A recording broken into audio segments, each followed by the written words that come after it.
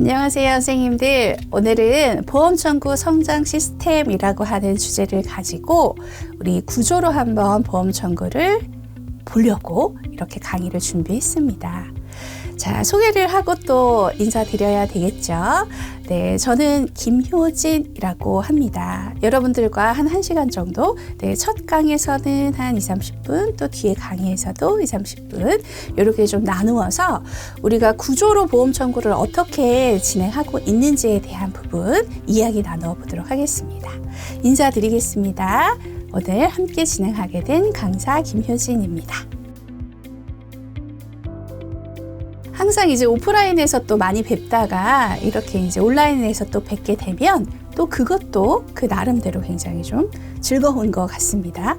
저 카메라 너머에 우리 선생님들이 계시다는 생각으로 함께 소통한다는 마음으로 이제 우리 보험 청구에 대한 시스템을 이야기해 보려고 합니다.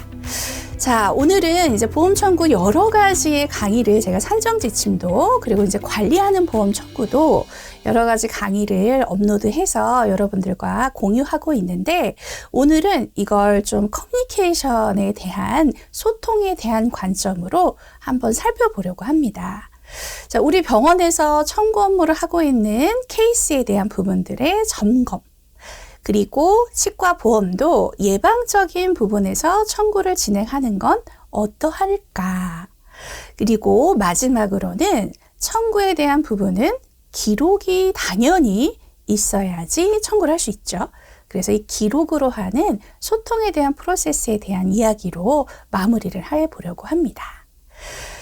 자, 우리가 보험 청구 커뮤니케이션이라고 하는 관점으로 보험 청구의 좀 구조를 보려고 하는데 첫 번째로는 보험 청구를 우리가 공부하는 목적과 이유 딱 두 가지죠. 하나는 매출의 누락을 방지하고 또 하나는 매출의 증대를 한번 이루어 보겠다.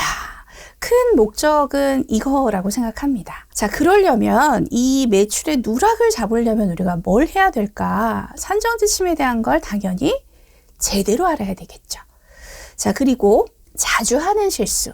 제 강의 중에 사소한 실수 청구 케이스로, 오류 청구 케이스로 살펴보는 보험 청구도 이전에 이야기를 드린 바 있는데 그 부분을 한 번 더 모아가지고 우리가 시스템적으로 한번 체크업을 해보면서 예방적인 청구를 해보면 어떨까? 그런 관점으로 이야기를 드리려고 합니다. 자, 들어가는 말에 앞서서 매출 증대와 매출의 누락의 방지는 그냥 말만 한다고 산정 지침을 공부만 한다고 이루어지지 않습니다. 자, 그러면 이제 어떻게 진행이 될까요? 네, 행동해야 되겠죠. 네, 우리가 아는 것과 행동하는 건 다르죠. 그래서 보험 청구가 훨씬 더 어려운 게 아닌가 싶습니다. 자, 현실적으로 우리 병원에서는 어떻게 청구를 하고 있는가? 자, 직원이 바뀌면 보험 청구에 대한 매출 또는 비보험 청구에 대한 매출도 마찬가지입니다. 변화하고 있지는 않은가?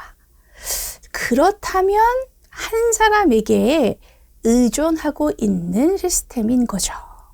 자, 그래서 보험 청구에 대한 구조를 좀 잡아 놓으면, 시스템을 좀 만들어 놓으면 이렇게 직원이 바뀌더라도 매출이 출렁이는 위험 부담이 줄어들 수 있지 않을까, 이 이야기를 좀 해보고 싶습니다. 왜 보험 청구는 어려울까?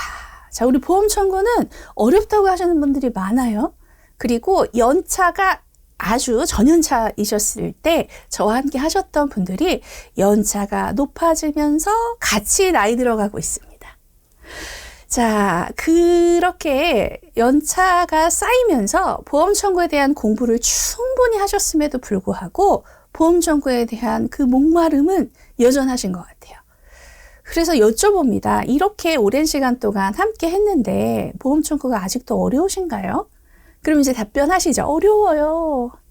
자, 근데 그러한 이야기를 들으면서 생각을 좀 해봤습니다. 우리가 느끼는 어려움이라는 게 진짜 어려움일까? 혹시 두려움은 아닐까?